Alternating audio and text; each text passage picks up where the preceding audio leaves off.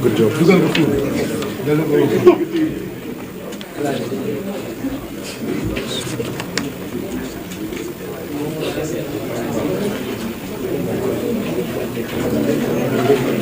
Man, over there, agree.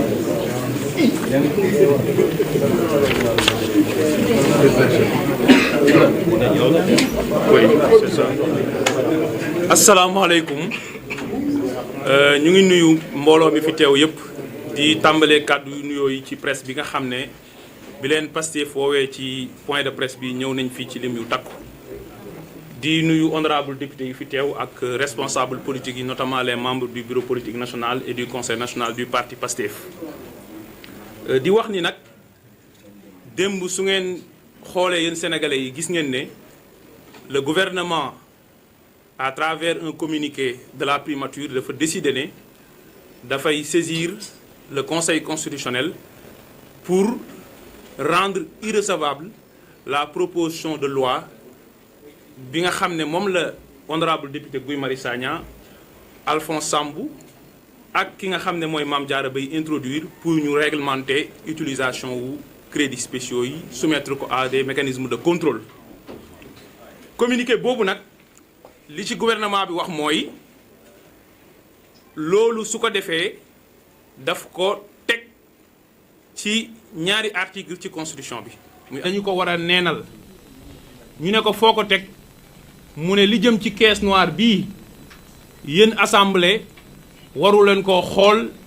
président kese moo ko war a xool moom kese moo ko war a saytu moom mi nga xam ne moo koy utiliser. loolu moo tax ngeen dégg ñu ne dafa am un empiètement sur le domaine du règlement loolu nag pour leeral ko dañuy tàmbalee ci considération bu simple mooy ni réew mi bindoowee ci constitution dañu organiser les pouvoirs publics. Organiser nag pouvoir bu ne dañ ko jox ay attribution ni ñu ko organiser nag pouvoir bu ne dañ ko jox ay attribution pour bañ confusion am ñu ne assemblée nationale lii mooy sa cër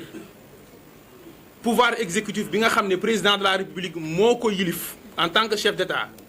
gouvernement am tegu ci à travers premier ministre et les ministres lii mooy seen sañ-sañ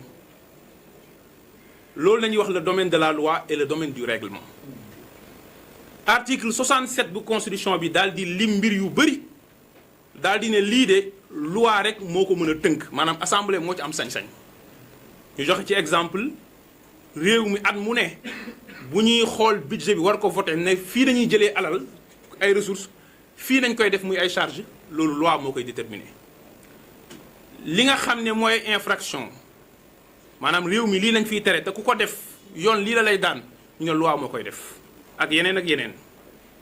kon dañuy wax la loi a une domaine d'attribution maanaam texte yi mooy wax loi lii la am comme domaine. ñu dem ci article 76 mu ni lépp loo xam ne du domaine loi règlement moo ko war a def moo tax la ñuy wax le règlement a un domaine résiduel maanaam lépp lu ci des règlement mën na ko def. may wax nag esprit wu délimitation boobu am tekkiwul pouvoir public bu ne da nga war a garder jalousement et de façon malsaine say pouvoir ne du ma jëflante keneen loolu c'est pas l'esprit républicain du Sénégal et c'est pas l'esprit de notre constitution ndax nag pouvoir yi dañu war a am dialogue buy am entre les institutions et dinaa ci joxe exemple bu simple. Article 77 ci constitution bi moo ne assemblée nationale mën na habiliter président de la république mu jël ay mesures yoo xamante ne d'ordre législatif la war a nekk en prenant des ordonnances bi fi Covid 19 amee habilité wuñ président Macky Sall par l'assemblée nationale mu jël ay mesures yoo xamante ne assemblée moo ko waroon def moom mu jël ko par ordonnance après assemblée daal di ko ratifier. léegi ñun lan moo ñuy wax ne réew mi situation financière bii ñuy dund wala situation économique bii ñuy dund wala adduna bi conjoncture bu muy dox à travers guerre yi am réew mi mun na nekk un pays menacé de pénurie ndax le ministre Birame Souleye Diop wax na ko tolloon nañ foo xam ne l'enjeu n'était même pas nañu limiter les prix pour produits pétroliers yi mais l'enjeu principal était la sécurisation de l'approvisionnement du pays en hydrocarbures ndax bëri na dëkk yu mag yoo xam ne demoon nañ ba pénurie essence di am ci station yi dëgg la wala dëgg bu ñu tolloon foofu ci domaine yu mënti nekk ci pandémie ci n'importe quelle crise Bassirou Diomaye Faye bu ñëwee ne assemblée dama leen soxla pour ngeen habiliter ma pour ma mën a jël ay ordonnances ci loo xam ne yéen a ko war a def assemblée da koy naan ñun kese ñoo ko moom waroo koo laal est-ce que réew noonu lay doxee est-ce que kii woote jàmm noonu lay doxee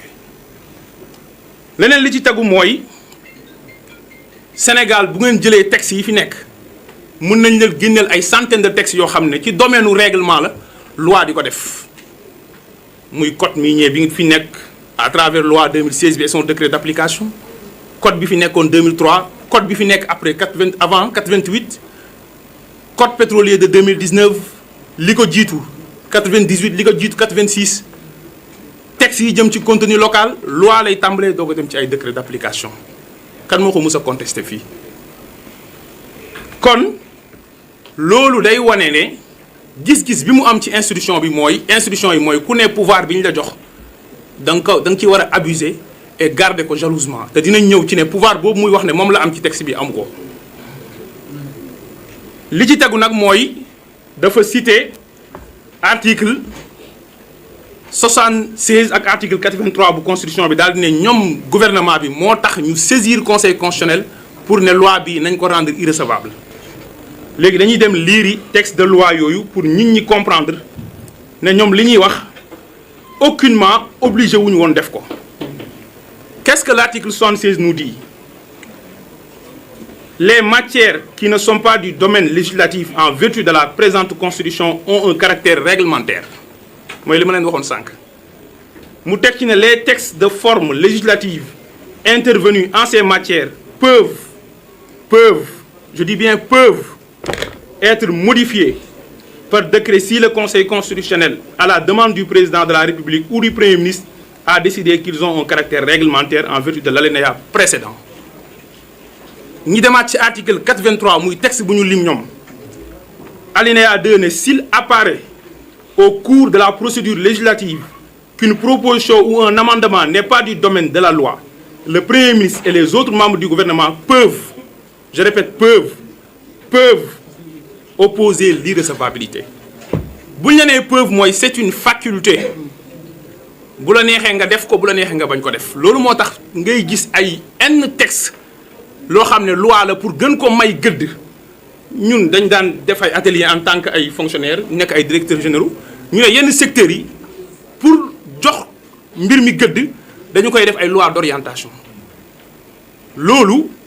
ay procédés la yoo xam ne dafay permettre nga émettre ay principes généraux yu am doole pour nga mën a may sa bopp flexibilité ak marge ci ay textes d'application muy ay décret ay arrêté kon li ñuy def ni caaxaan la parce que faculté la amuñu obligation def ko li ci des nag mooy dañu ne texte bi ñoom seen domaine la du domaine u assemblée may wax sénégalais yi nañ leen leeral ne loolu méngoowul ak dëgg pourquoi méngoowul ak dëgg li nekkul ci communiqué gouvernement bi mooy li ñu dugal ñoom ci seen amendement bu njëkk bi ñu ñëwee commission mooy lan nañu fa wax dañu ne yéen a ngi laal mbirum exécution wu ay dépenses moo xam crédit ordinaire la moo xam crédit spéciaux te loolu ñaari texte rek ñoo am sañ-sañu laal ko te texte yooyu wax nañ ci ba pare kon yéen bu leen ci wax ñu la leen texte yooyu yéen ak yàlla ñu ne la loi numéro 2020-07 du 26 février 2020 portant relative aux lois organiques la loi organique relative aux lois de finances mooy loi organique 2020-07 du 26 février 2020 relative aux lois de finances ñaareel bi ñu cité décret 2020-978 du 23 avril 2020 portant règlement général sur la comptabilité publique nga xam ne mooy wax dépense état ak opération de recette état bi fan ak fan lay jaar mooy li ñuy wax le circuit de la dépense publique ñu ne texte yooyu xool na mbir mi ba pare kon amatoo leen loo leen ciy wax léegi ñun nañ dem xooli texte yooyu noonu ñu liirandoor ko ci kanamu sénégalais yi pour ñëpp comprendre parce que ñun dañ jàpp ne le droit ce n'est pas aller sur la lune droit bi nañ ko teg ci bëtu sénégalais yi ñu liir ko pour comprendre xam fan la dëgg féete ak fan la caaxaan féete xam ñan ñoo bëgg mbir yu leer ak ñan ñoo xam ne caisse noire bi nee nañ warul dafa war a continuer di noir ba léegi ak ñan ñoo bëgg caisse bi nekk caisse blanche. alors bu ngeen demee ci loi organique relative aux lois de finances en son article 2 mu ngi ci internet bi daf ne les modalités d'application des dispositions de la présente loi organique sont définies dans les textes subséquents, notamment le décret portant règlement général sur la comptabilité publique, le décret relatif à la gestion budgétaire de l'État, le décret portant nomenclature budgétaire de l'État, le décret